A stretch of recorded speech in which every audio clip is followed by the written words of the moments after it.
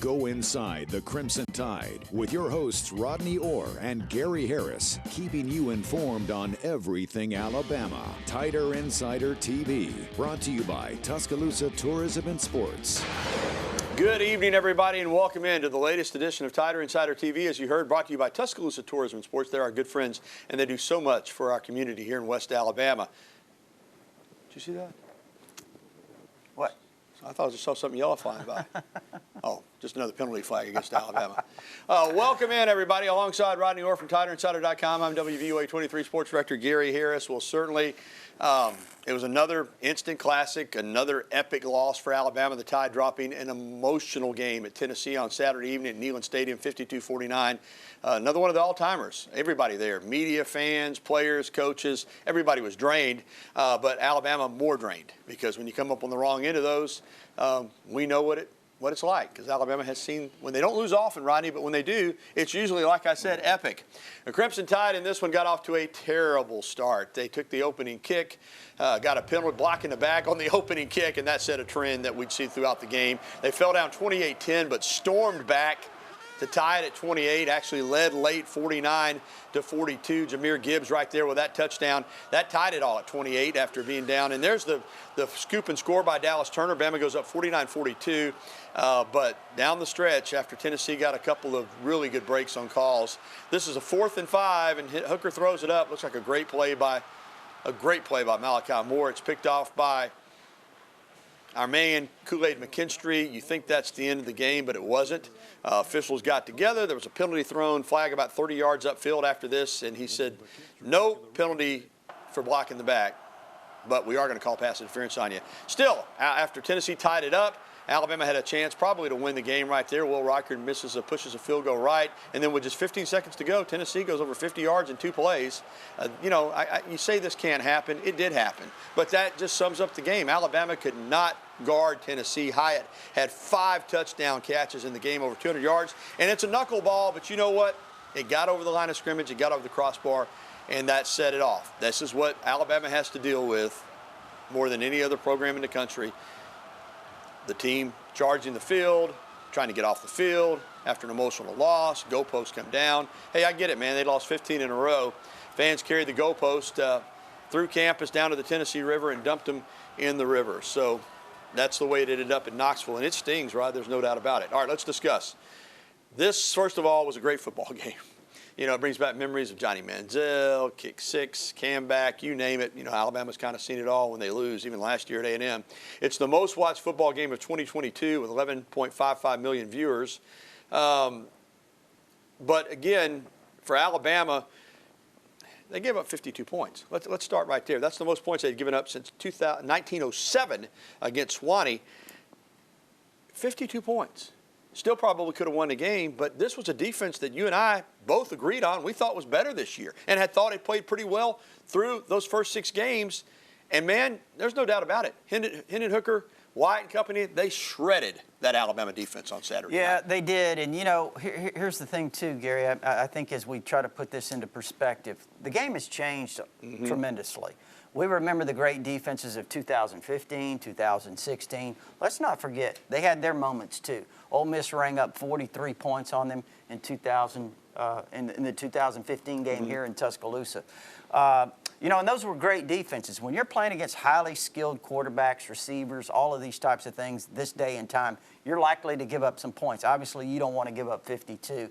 This Alabama defense, 5 touchdown passes to Jalen Wyatt. I would have really never dreamed it. But here's the thing, too. We can talk about the officiating. It was bad in spots. It was really bad. There were some really questionable calls. You mentioned the 3 in the last drive that really cost Alabama. First of all, you have a quick whistle. Alabama stripped the ball. Brian Branch could have probably ran it in for a touchdown. Then you had the 4th and 1 play. Illegal procedure. That wasn't a legal procedure. It wasn't a legal procedure. The center and snapped the ball and the guards fired off. The tackle stood still. But that's not a penalty. It's not a penalty. It's just a bad play by Tennessee. Guy got stoned. It would have been Alabama ball. The penalty bailed him out. Exactly. Then on the throw to the end zone, you saw what happened. I thought Malachi Moore made a tremendous play. Like you said, Gary, swatting the ball away. Here's my question.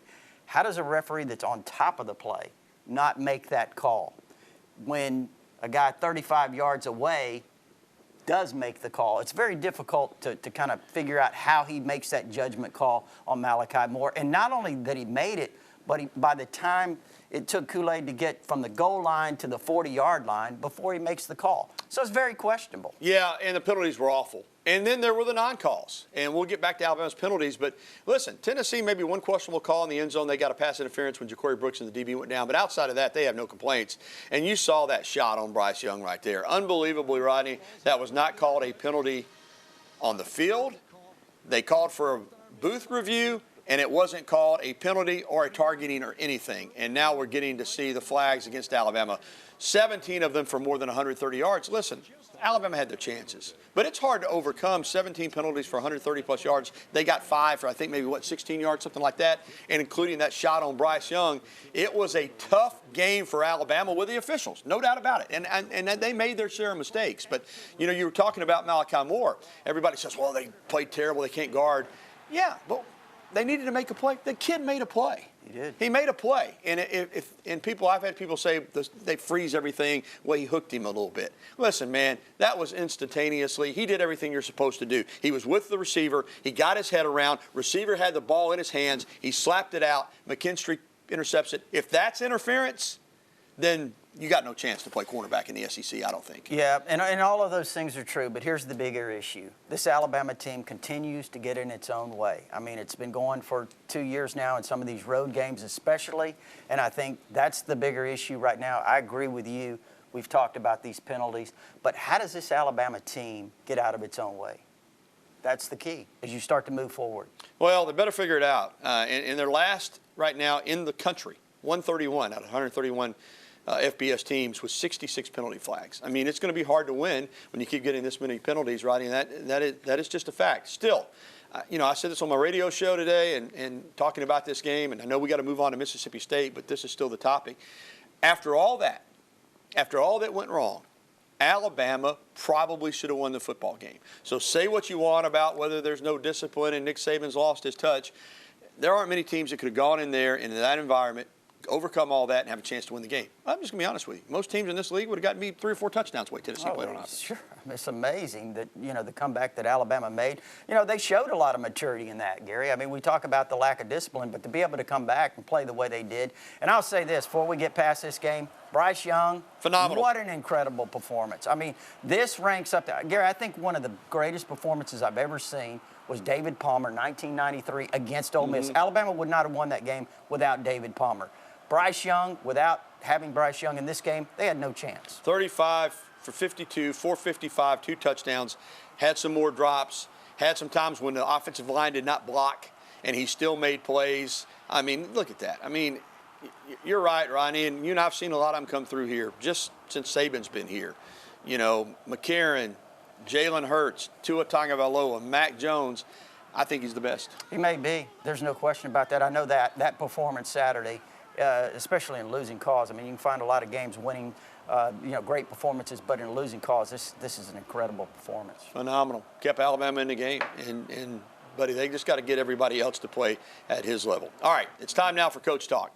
Head coach Nick Saban discussed the team's lack of energy going into the game. I don't understand that, but he said it was, you know, it was evident to him before they even ran out of the tunnel. Saban discussed the importance of sustaining energy, especially in an atmosphere like the Crimson Tide faced on Saturday in Knoxville at Neyland Stadium. You know, you want to have great energy and you want to be loose.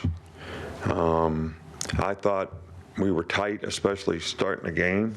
I mean, coming out of the locker room, our players always chant. They weren't chanting. I said, why aren't you guys chanting? What's up with that? And so it's not that they don't want to do it. It's not that they're not trying. I just think we've got to get our focus in the right place and our psychological disposition in the right place so that we can, look, when you compete, it's fun to compete when you play the next play. All right, Ronnie, let's get to that because that's interesting. And I'll be honest with you, Will Anderson Jr. raised some eyebrows yesterday when he talked about Alabama having anxiety before the game. And you heard what Saban said. All right, nervousness a little bit, but this is Alabama, man. This is what you face every week. And you practice hard and work all year for these opportunities. Again, I'm not on the field, so I don't want to make too much out of this, but I just don't understand how you can't be ready to play in a game like this. You know, sometimes it does happen, though. We saw it in the national championship game against Texas. Alabama started off very shaky in that game, as you recall. First several possessions had some things go wrong. There's been several other games throughout the years when they haven't started off really, really well. You know, even games this year, we've seen some of that. But at the same time, just to see the maturity, Gary, of them kind of get in that rhythm. I thought that was something that hopefully as you start to move forward, that becomes something that we see more of. Well, I better get it straightened out in a hurry because another SEC game coming up this Saturday night. It's homecoming for the Crimson Tide, and there's no more margin for error. The Mississippi State Bulldogs come in. We'll take a look at this week's opponent when we come back. Also, Alabama soccer, man, they're doing something that has never been done. Think about how cool that is.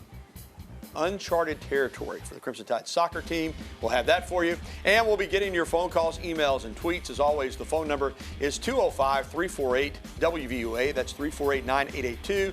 Email us at TITV@WVUA23.com, or you can tweet at us. Use the hashtag TITV. We'll be right back with the only show that takes you inside the Crimson Tide, Tider Insider TV.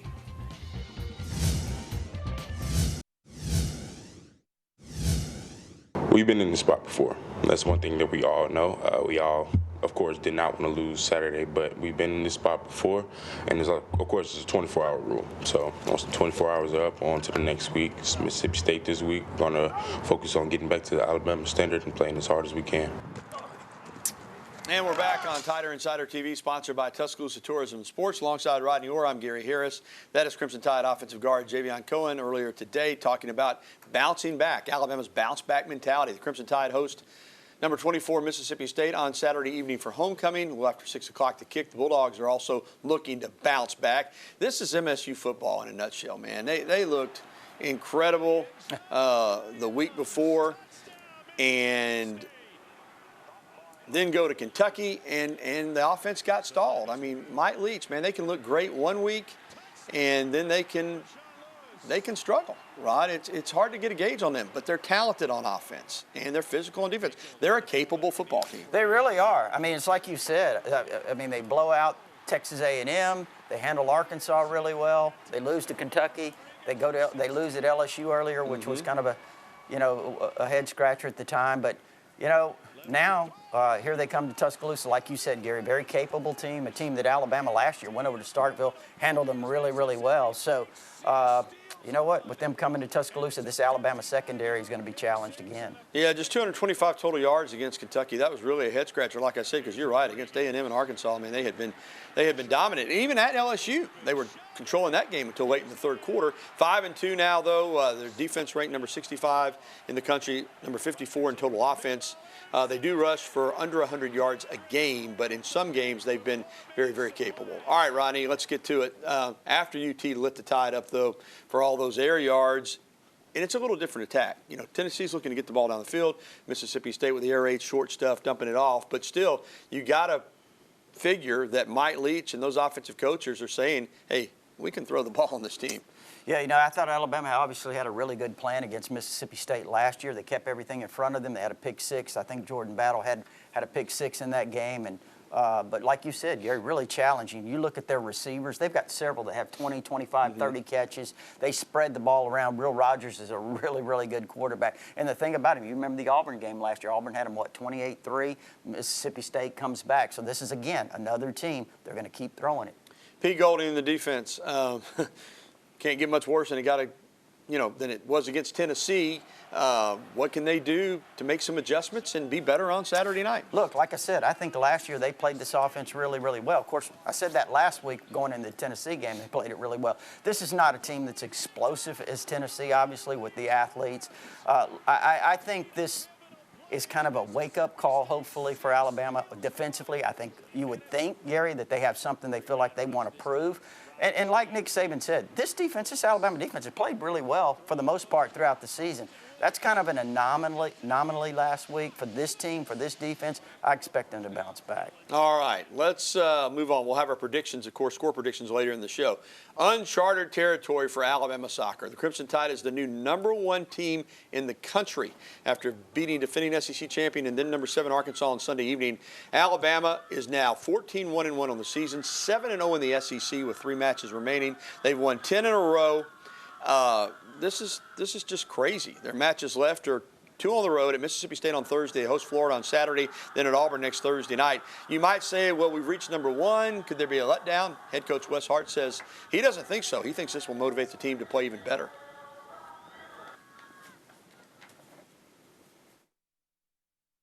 I think the great thing about this group is they are hungry for more. So I think, each week, rankings have come out or we've won big games, and you do not see any sense of, complacency setting in and almost adding fuel to the fire. With every win is more confidence. With every ranking that comes out is, I think more validation to the group that, hey, we are pretty dang good.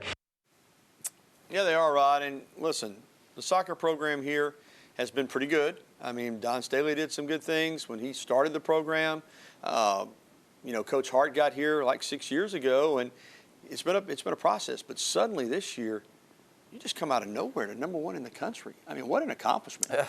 Incredible. I mean, and like he said, Gary, they've obviously been having some success. The complacency sometimes, when you get in that position when you haven't been there before, it's difficult to kind of maintain that or handle that. Seems like they're doing really well. All right, I know there are plenty of you that want to talk to us tonight, probably still want to discuss Alabama, Tennessee. You're welcome to give us a call, 205-348-9882. And we'd love to hear from you, Tider Insider Nation. We'll be right back. More TI after this. And welcome back to TI-TV. We have already crammed in a lot of info, but we're going to get to some phone calls. And first up is our pal Sammy up in Walker County. Hey, Sammy. Hey, Gary, Rodney. Great coverage, guys. I just wanted to comment on the game, and the past few years we've had some of the greatest offensive, talk about offense, we've had some of the greatest offense of anybody. We got the stars to prove it. Tua, Mac Jones, Bryce Young, Devontae Smith, all great offensive. Bill O'Brien's doing great. He's absolutely Sarkisian. Kiffin, whoever you want to name, but it hasn't transpired on defense. Yeah. When Kirby Smart left and Pruitt went out of town, we can't find it's been a 180. But yeah. All right, Sammy, let's get to it because we're a little pushed for time. Not disagreeing with you, but as Rodney pointed out, some of the great defenses around here gave up some big yardage games and points games too. But it's harder to play defense now for everybody. And I'm not making excuses. What happened to Alabama Saturday in Knoxville was a nightmare defensively. But it's hard to play the kind of defense that was played 10, 12, 15 years ago. Having said that, certainly Alabama needs to play better than they played against Tennessee. But that's one reason they have the explosive offense. That's one reason Nick Saban changed his offensive philosophy 7, 8 years ago, because that's the way the game was going. It's an offensive game now, Sammy, and I'm not making any excuses, but, you're not going to see many 6-3 games or 9-6 games anymore. Sometimes you're going to have to outscore people, and Alabama came very close to doing that against Tennessee. Yeah, they did. And Sammy was wondering about the struggles potentially against Mississippi State. Listen, Mississippi State's really, really good. They're, again, like I said earlier, they're just not as explosive, I think, for Tennessee. I think Alabama do well against them defensively. All right, let's get to Paula in Alabaster. Hey, Paula. Hey, how you doing? Doing great. Roll Tide. Roll Tide. I don't believe that Bama's going to lose this homecoming.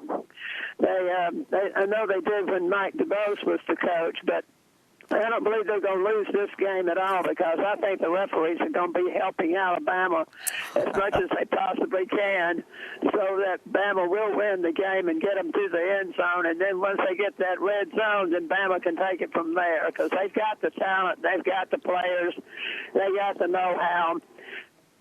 All right, Paula, thank you. We're sorry we're running short of time, but, yeah, I think Alabama's going to win the homecoming game as well, and we'll have our predictions a little bit later on. But, it was a tough one on Saturday night, but you got to bounce back. We'll be back with more right after this.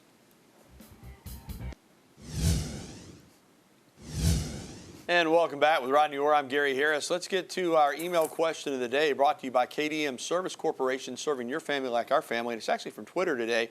Alabama's secondary handle Mississippi State's air raid offense. That's from Goal Line Stan. We've discussed this a lot. I think, Rodney, the key is, like you said, they're not quite as explosive as Tennessee. You got to tackle. They're going to try to get the ball to players in space. You got to get off blocks, and you got to make tackles. Yeah, the pass rush, Gary, is kind of eliminated with the way they get the ball out. But get your hands up, maybe tip a few balls, and just really affect the quarterback. All right, we're going to try to get one more phone call in. Let's go up to Jasper and talk to John. Hey, John. Hey, Gary, Rob. The question I got to ask you tonight: if Georgia gets beat by Tennessee, Alabama beats LSU, Mississippi State, and Ole Miss, that gives us another chance at Tennessee, I hope. I want them in the SEC with us and in Atlanta. And those calls on Turkington wasn't called right, and the call on the pass in end zone down there wasn't called right. We won that ball game. Yeah, John, you're right, though. If Tennessee wins out, Alabama wins out, they'll see each other again in Atlanta. And Todd will get a little chance for payback. The question is, could it be three times? Yeah, it could be in the playoff again. Could be. Of course, Georgia might have something to say about that as well. But Alabama just wants to get there. They'll play whoever they line up against when they make it to that point, if they can get there. Alabama's got work to do, too. All right, we'll be back with predictions right after this. All right, we're up against the clock, so prediction time. Rodney, you lead us off, Bama, Mississippi State. Yeah, Alabama obviously has won 6 national championships under Nick Saban, but 4 of those, they've followed it up. They've had a loss in the season. So they know how to respond in this situation, Gary. And I think when you look at this team, how will they respond? I think they're going to respond in a big way on Saturday night, 45-17. Yeah, usually I have the margin of victory larger than you. Not this week. I agree with you. I think Bama's going to win the game. I got it a little bit closer, 42-20. But, hey, get back on track and then get to the bye. And after that, it's a 4-game season. 3 conference games, 1 non-conference. Win them all, and you're in Atlanta. All right, that is going to do it for TITV. Thanks for tuning in. It's been presented by Tuscaloosa Tourism and Sports. A reminder, if you missed any of the show or want to watch it again, 10:30 tonight is the replay on following the news at 10. You can find it anytime at WVUA23.com. Check out our website. For Rodney Orr, I'm Gary Harris. Thanks for watching, everybody. Good night.